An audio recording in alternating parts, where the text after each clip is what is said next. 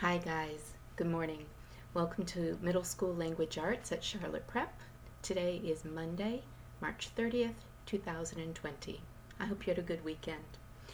Let's start our day with a quote by Elizabeth Gilbert, and she said, "We must take care of our families wherever we find them." And I know that you guys have wonderful families, and they've probably been helping you get used to your new school routine, all these different things and technology that we're using.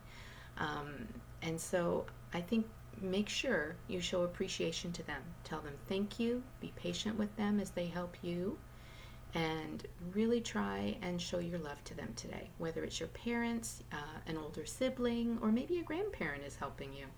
So show them that love, okay? Also, I wanted to remind you that Charlotte Prep is your family. We are family, aren't we? And I know that we miss you guys a lot. I know I miss you. I miss your hugs, your laughter, your cheesy jokes. And if you would be so kind, send me a picture sometime this week of something fun that you're doing. I would love to see it. Okay? Send that to me. All right. This weekend we had homework. We had adverbs describing adjectives. So let's review that briefly.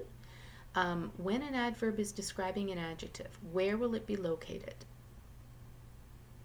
Right, immediately in front of the adjective. And what are the two questions that the adverb will answer? Two questions. Okay, some of you know it, some of you don't. You need to do a little studying. So remember, it is to what extent or how. All right, today's lesson we're talking about adverbs describing other adverbs. And so what I've done is I've put some information up here on the board for us. Okay? First off, we're looking over here. If an adverb is describing another adverb, it's found immediately before it, just like with an adjective. Okay? Except it will only answer one question. It answers to what extent. So if you haven't done this yet, pull out your grammar notebook, copy this down under your adverbs describing your adjective information. You will be using this at some point soon. In fact, we'll probably be having a quiz on this sometime this week. So make sure you're getting this down, okay? Now, over here we have three examples of an adverb describing another adverb. He moved very quickly.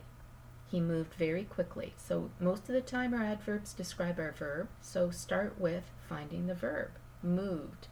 He moved how? Quickly. So quickly is my adverb describing moved. And how quickly or to what extent quickly? Very is the adverb describing quickly. And see how very is right in front of that other adverb. The second example, the thief climbed almost over the fence. So in this one, climbed is my verb. Climbed where? Climbed over. So there's the initial adverb describing the verb. Let's look right in front of it, almost. So to what extent over? Almost over. So almost is describing the adverb over. Good? And then our third example, your answer is not completely wrong. Well, wrong is our adjective here. So this one is not describing a verb. But to what extent wrong? Completely. So completely is the adverb describing the adjective wrong. And then let's look for an adverb in front of the adverb. So to what extent completely? Not. Remember any of our negatives? No, not, never. Those are always adverbs. So we have an example of one of our negatives functioning as an adverb describing the other adverb. Does this make sense? All right, so now we're going to do just a little bit of practice. I have three sentences here for you. All right, here's our first one. The sun is almost completely hidden. The sun is almost completely hidden. In this case, is hidden is my verb phrase, and so what's the adverb describing that? Completely, you're right. Hidden how? Completely. And so if that's my adverb, I'm going to look for the other adverb where? Right in front. To what extent completely? Almost. So completely describes hidden, almost describes completely. The second example, the sky darkens surprisingly fast. The sky darkens surprisingly fast. In this case, darkens is my verb. Darkens how? Fast. So fast is my adverb describing darkens. So let's look right in front of fast. Oh, how fast or to what extent fast? Surprisingly. Surprisingly is the adverb describing the adverb fast. All right, and then we have our last example. The first star just barely is, the first star is just barely visible. So in this case, is visible is my phrase, my verb phrase. Barely is the adverb describing visible. And where's the adverb describing barely? Right, just is describing barely. So you can write these down, write this information in, okay, just to have a little more resource as you practice this and have your homework tonight. All right, let's talk briefly about your sentence outline. That was turned in on last Thursday. Everyone's gotten their outlines back, and you did a great job. I could see how a lot of you have done a lot of research, and you have really tried to organize your paper well. So good job with that. I want to remind you of a couple of things in regards to your sentence outline. Please check your format, okay? Make sure that your Roman numerals are the main ideas. Subheadings are capitals A, B, and C, etc. And your details are Arabic numerals 1, 2, 3, as many as you need.